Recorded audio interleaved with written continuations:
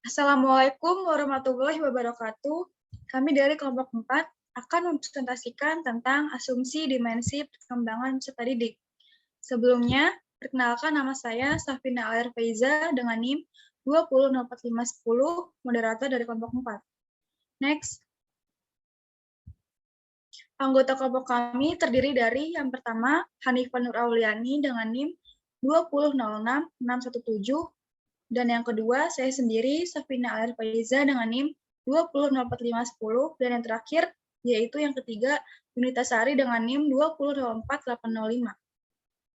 Next. Materi yang akan dikaji pada kelompok kami yaitu yang pertama, tridimensi peserta didik. Yang kedua, dimensi sosial peserta didik. Yang ketiga, dimensi spiritual dan intelektual peserta didik. Dan yang terakhir, yang keempat, yaitu asumsi-asumsi perkembangan peserta didik. Next. Materi yang pertama, tridimensi peserta didik akan dibahas oleh saya sendiri. Dari sisi positif, manusia adalah makhluk Tuhan yang paling mulia. Dari sisi pandang negatif, sebagian manusia merupakan makhluk paling rakus dan kejam. Tugas pendidikan adalah mengoptimasi potensi peserta didik dari negatif ke positif, serta meningkatkan dan memapankan perilaku positif itu. Dengan mengikuti pemikiran filsuf kuno, Ban van Rijken, pada tahun 2009 berpendapat bahwa manusia termasuk peserta didik terdiri dari unsur atau dimensi, yaitu fisik, nurani, dan pikiran. Next. Fisik manusia adalah penampakan permukaan. Fisik manusia merupakan sosok yang paling taat menerima perintah dari otak, baik berupa kata hati, bahkan yang bersifat refleks. Yang kedua, nurani. Nurani atau nalar hati sering diidentikan dengan perasaan pribadi, empati, simpati, dan antipati. Dan yang terakhir, pikiran. Pikiran atau nalar otak pada umumnya merupakan kesadaran dalam menggunakan pikiran, walaupun terkadang tidak harmonis dengan nalar hati. Next. Materi selanjutnya, dimensi sosial peserta didik akan dibahas oleh Hanifah Nur Auliani. Kepada Hanifah, saya persilahkan. Baik, terima kasih kepada moderator. Di sini saya akan menjelaskan tentang dimensi sosial peserta didik. Peserta didik seperti halnya manusia pada umumnya. Mereka merupakan makhluk sosial yang mampu berkomunikasi untuk mengekspresikan diri, memiliki budaya, memiliki etika, mampu bertukar ide, dan mampu mengorganisasikan diri. Di sekolah dan di masyarakat, mereka merupakan bagian dari struktur sosial yang kompleks, yang memungkinkannya terlibat dalam kerjasama dan persaingan, sekaligus mengembangkan norma-norma sosial, spiritual, serta bersama-sama membentuk dasar-dasar kehidupan masyarakat pada umumnya. Next. Lalu kemudian ada dimensi spiritual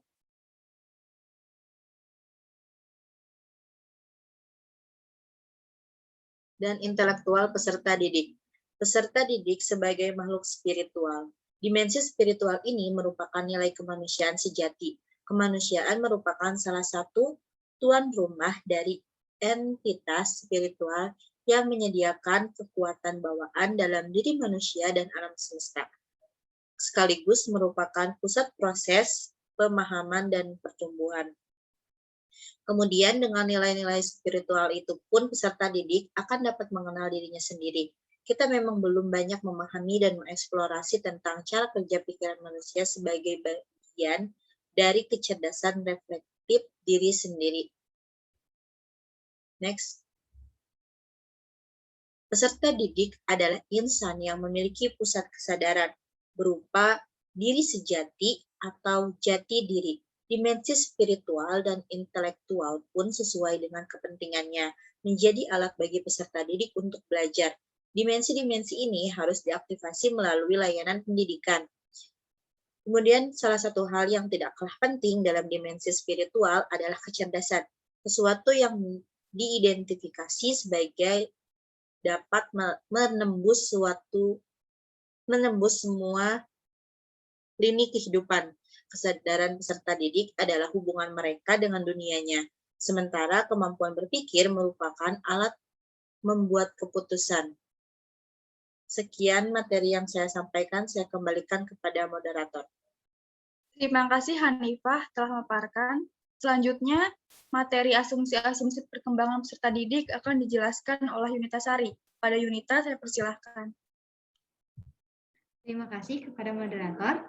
Sebelumnya, saya Yunita Sari akan menjelaskan tentang asumsi-asumsi perkembangan peserta didik. Pemahaman mengenai perkembangan peserta didik dan tugas-tugas perkembangannya merupakan alat untuk memberikan layanan pendidikan yang baik sesuai dengan tahap-tahap perkembangan mereka menurut usia atau jenjang persekolahan yang dijalaninya. Teoretikus kependidikan biasanya berpijak pada 3 aliran berpikir yang menjadi asumsi dasar layanan pendidikan. Yang pertama ada aliran nativisme. Nativisme berasal dari kata natives yang berarti kelahiran, sedangkan naturalisme berasal dari kata natur yang berarti alam. Aliran nativisme atau aliran naturalisme ini berpikiran bahwa ketika dilahirkan, anak manusia yang kemudian menjadi peserta didik di bangku sekolah diasumsikan sudah memiliki bawaan tersendiri yang berbeda dengan yang lainnya. Asumsi dasar aliran ini adalah perkembangan anak atau peserta didik ditentukan oleh bawaannya sejak lahir. Menurut pandangan ini, lingkungan sekolah dan lingkungan masyarakat tidak banyak mempengaruhi perkembangan peserta didik lebih lanjut. Yang kedua, ada aliran empirisme. Empirisme sendiri berasal dari kata empir yang bermakna pengalaman. Artinya, perkembangan anak atau peserta didik lebih dipengaruhi lingkungan atau pengalamannya sendiri. Aliran empirisme menganut pemikiran bahwa perkembangan anak atau peserta didik merupakan fenomena buatan dan karenanya proses pengembangan mereka harus dioptimasi. Yang terakhir, aliran konvergensi. Dengan pendapat bahwa kombinasi yang kongruen antara pembawaan dan lingkungan menentukan perkembangan anak, aliran konvergensi menganut pikiran bahwa perkembangan anak merupakan fungsi dari interaksi faktor bawaan dan lingkungan. Perkembangan anak diibaratkan bibit yang baik ditanam pada tempat yang cocok. Dalam kerangka layanan pendidikan ini bermakna bahwa perkembangan peserta didik akan teroptimasi jika guru dan tenaga kependidikannya mampu memerankan fungsi pada tempat dan ruang yang sesuai. Sekian yang dapat saya sampaikan, saya kembalikan kepada moderator. Baik, terima kasih kepada Yunita telah memaparkan. Dapat kami simpulkan bahwa mengikuti pemikiran para filosof kuno, Van Ritsken tahun 2009 berpendapat bahwa manusia termasuk siswa terdiri dari unsur-unsur atau dimensi, yaitu tubuh, kesadaran, dan pikiran. Siswa memiliki keinginan untuk memahami dan menerima pengaruh lingkungannya ketika mereka mencoba menjelaskan dan memanipulasi fenomena alam melalui sains, penalaran, eksperimen, termasuk filsafat, serta mitologi dan agama. Rasa ingin tahu, baik yang alami maupun yang direncanakan, akan mendorong siswa menjadi manusia masa depan yang mampu menciptakan dan mengembangkan pengetahuan teknologi, alat-alat canggih, dan keterampilan lain yang bermanfaat bagi dirinya dan kehidupan. Dimensi dan penalaran spiritual ini juga akan mendorong siswa untuk menjadi reseptor dan mengembangkan komunikasi berdasarkan emosi dan sensasi mereka. Pengertian perkembangan peserta didik dan tugas perkembangan merupakan instrumen untuk memberikan kinerja pendidikan yang unggul, tergantung pada tingkat perkembangan atau jenjang sekolah. Sekian presentasi dan dari kelompok 4. Mohon maaf apabila ada kekurangan dan kesalahan kata. Terima kasih atas perhatiannya.